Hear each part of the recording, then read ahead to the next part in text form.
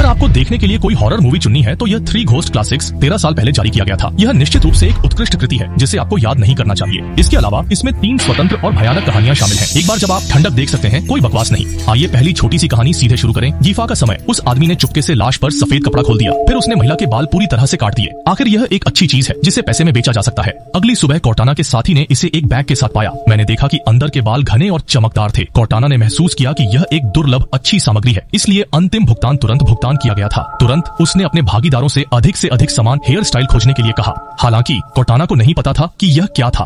अभी अभी बैग में बालों में बदलाव आया था और घर का कुत्ता बैग पर भौंकता रहा।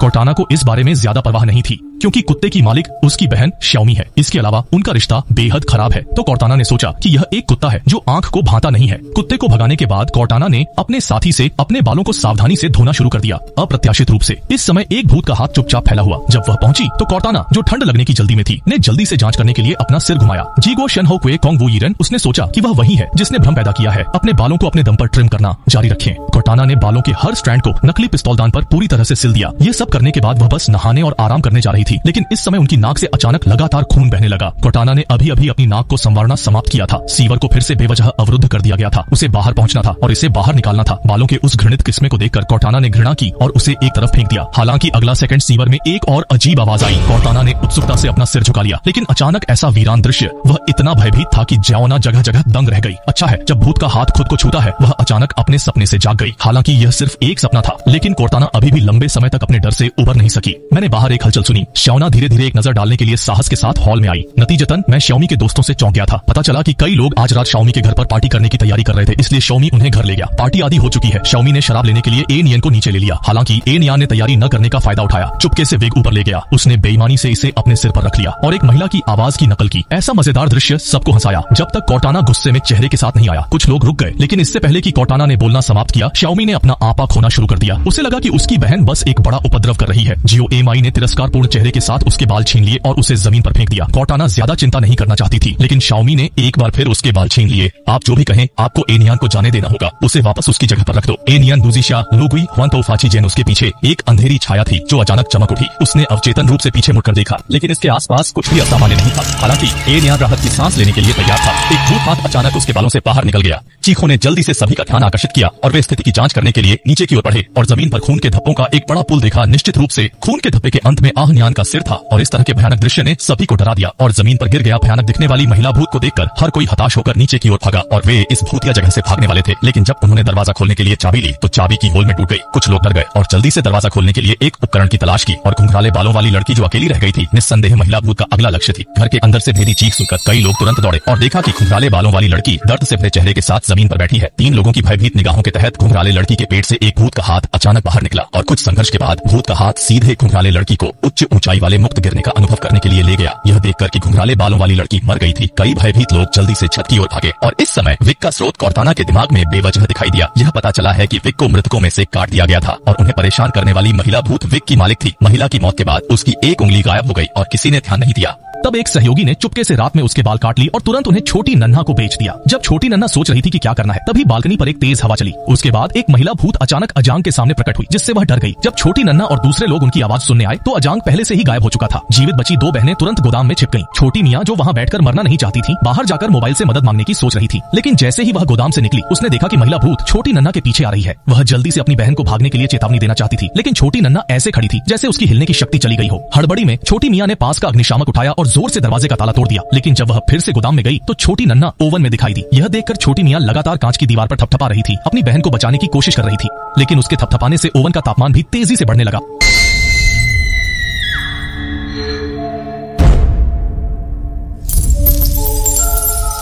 श्याओमी फिर से जाग गया। चारों ओर सब कुछ शांति बहाल कर दिया गया है और उसके माता पिता भी विक की दुकान पर आ गए। श्याओमी बार बार अपनी माँ का नाम पुकाराती रही, लेकिन दूसरे पक्ष ने कोई प्रतिक्रिया नहीं दी। इस समय कॉर्टाना अचानक बाहर निकल गई, खुद को अपनी माँ की बाहों में फेंक दिया। श्याओमी को क्या भ्रमित करता है, मैं स्पष्ट रूप से वहाँ खड़ा हूँ, लेकिन उसके परिवार को उसकी उपस्थिति नहीं दिखी। पेट के कांच के टुकड़े देखें। श्याओमी को तब एहसास हुआ वह अभी विस्फोट में पहले ही मर चुकी थी। अब वह सिर्फ प्रतिशोध का एक टुकड़ा है। जब श्याओमी को नहीं पता था कि क्या करना है, अपनी माँ की बाहों में बहन ने धीरे से अपना सिर उठाया। जाहिर तौर पर महिला भूत ने उसके शरीर पर पूरी तरह से कब्जा कर लिया था। आगे बात करते हैं दूसरी कहानी के बारे में। लाश दुल्हन। पहली लाश दुर्घटना से मिली थी। लंबे समय से मरी हुई दुल्हन में बहुत आकर्षण होता है। जैसे ही वह सीरीज के बारे में सोच रही थी, यूजीबी हु वन हाउ छाओ बू छाओ दी दुल्हन की ऊपरी स्कर्ट में आ गया। वह आदमी छिपकली को पकड़ने का साहस चाहता था। अगले सेकंड के बारे में किसने सोचा? ऐसा विचित्र दृश्य इसने तुरंत मेरी बहन एमाई को याद दिला दिया। जाने से पहले मास्टर की चेतावनी, आप क्या कर रहे हैं?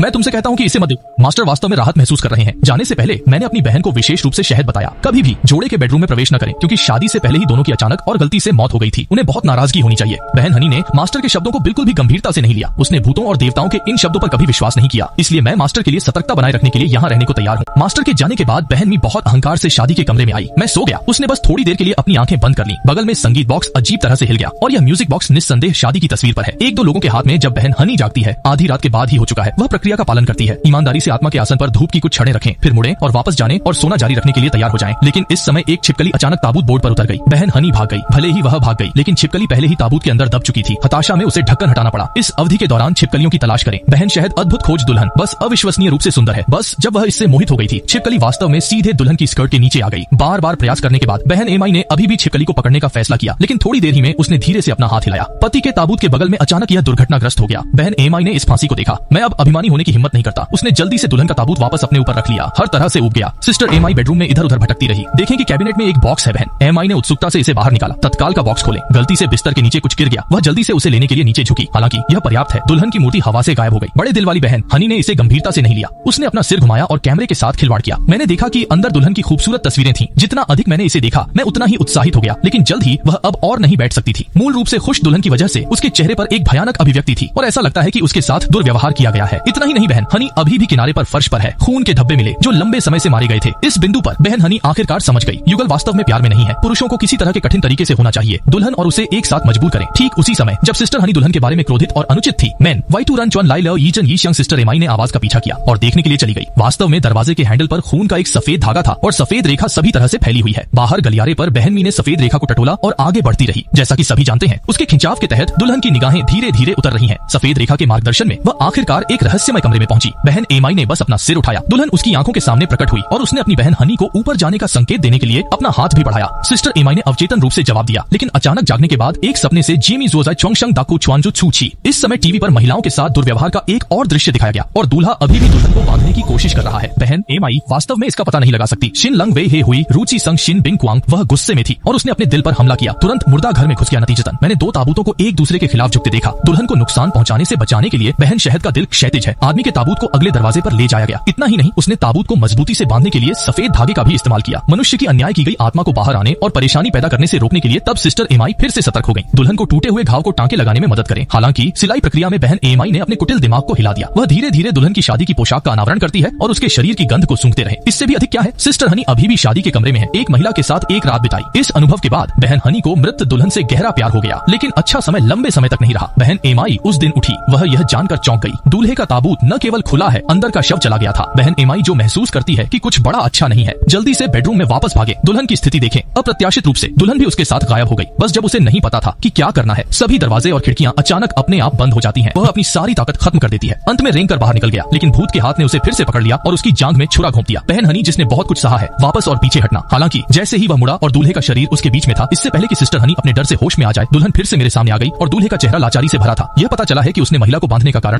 महिलाओं के प्रति गंभीर आत्महिंसा की प्रवृत्ति है। दुल्हन की करुण विनती पर पति ने अनिच्छा से रस्सी खोली, पर पत्नी ने अचानक उठकर मेज पर रखे गहने तोड़ दिए। फिर उसने टूटी मूर्ति उठाई और निर्दयता से दूल्हे का गला रेत दिया। पति के मर जाने के बाद दुल्हन ने भी आत्महत्या कर ली। सच्चाई जानकर जेमी जल्द से इस अधर्म की जगह से भागना चाहती थी, पर दुल्हन उसे जाने देगी क्यों?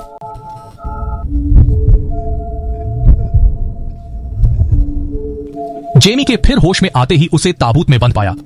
जितनी जोर से वह चिल्लाता, दुल्हन उतनी खुश होती। जेमी को अब कभी बाहर निकलने का मौका नहीं मिलेगा। अब आखिरी कहानी चेक इन के बारे में। ओवर टाइम कर रही महिला कर्मचारी का ऑनलाइन दोस्त से गर्मागर्म चैट चल रहा था। वह उसे अपनी ताकत दिखाने ही वाली थी कि सहकर्मी ने बीच में टोक दिया। वे जाते ही महिला ने अपनी बोल्ड सेल्फी ली, पर फोटो शेयर करते ही पीछे की कुर्सी अजीब से घूम गई। फिर डेस्क का कंप्यूटर भी जल उठा। महिला ने जल्दी से सामान बटोरा, पर उठते ही भयानक रोने की आवाज सुनाई दी। डरावना यह था कि ऑफिस के सारे कंप्यूटर अपने आप ऑन हो गए। इस अजीब नजारे से डरी महिला बिना पीछे देखे भाग निकली, पर कुछ ही कदम चलते ही दो आदमी मेज के नीचे से निकले। यह सब उनकी शरारत थी। अपनी कहानी साझा करने के बाद अकाई कुछ लेने बाहर जा ही रही थी कि अचानक कुर्सी खिसक गई। उसे समझ आ गया यह भी सहकर्मियों की शरारत है। उसने कुर्सी उठाकर पर्दे के पीछे छिपे लोगों को बाहर आने को कहा। उनके कार्यालय आने का कारण यह था कि दिन के दौरान काम पूरा नहीं हुआ था और अकाई ने ज्यादा कुछ नहीं कहा और सुरक्षा चाचा को चिढ़ाने के बाद वह कंपनी छोड़ने वाले पहले व्यक्ति थे। जल्द ही अपो और उन दोनों ने भी लाशे का काम पूरा कर लिया और तब से आदि कार्यालय में अकेला बचा था और वह निष्क्रिय था और कंप्यूटर पर आकस्मिक गेम खेलता था। आदि पहले तो शांत था। उसने भोलेपन से सोचा कि यह अकाई का एक और शरारत होगी, लेकिन जब उसने लाइट चालू की तो उसने पाया कि महिला एक पल में गायब हो गई थी और फिर किनारे पर रेफ्रिजरेटर का दरवाजा एक एक करके बेवजह बंद होने लगा। लेकिन आदि को सब कुछ देखने के लिए लग रहा था और वह बिल्कुल भी नहीं घबराया। जब आदि ने रेफ्रिजरेटर के दरवाजे का विरोध करने के लिए संघर्ष किया तो अकाई रात के खाने का एक बैग लेकर अंदर चला गया। क्या ऐसा हो सकता है कि रेफ्रिजरेटर में वास्तव में कुछ अशुद्ध था? आदि के होश में आने से पहले अकाई ने सीधे रेफ्रिजरेटर का दरवाजा खोला और अधूरा हैमबर्गर अंदर डाल दिया। लेकिन जैसे ही आदि जाने वाला था, मादा भूत वास्तव में रेफ्रिजरेटर से बाहर निकल गया, जिससे आदि इतना डर गया कि वह तुरंत भाग गया। लेकिन जैसे ही वह आधे रास्ते पर पहुंचा, वह एक बदसूरत राक्षस से डर गया और मौके पर ही बेहोश हो गया। लेकिन वह राक्षस वास्तव में अकाई है और रेफ्रिजरेटर में महिला भूत के लिए यह भी शाओयिंग द्वारा खेला जाता है।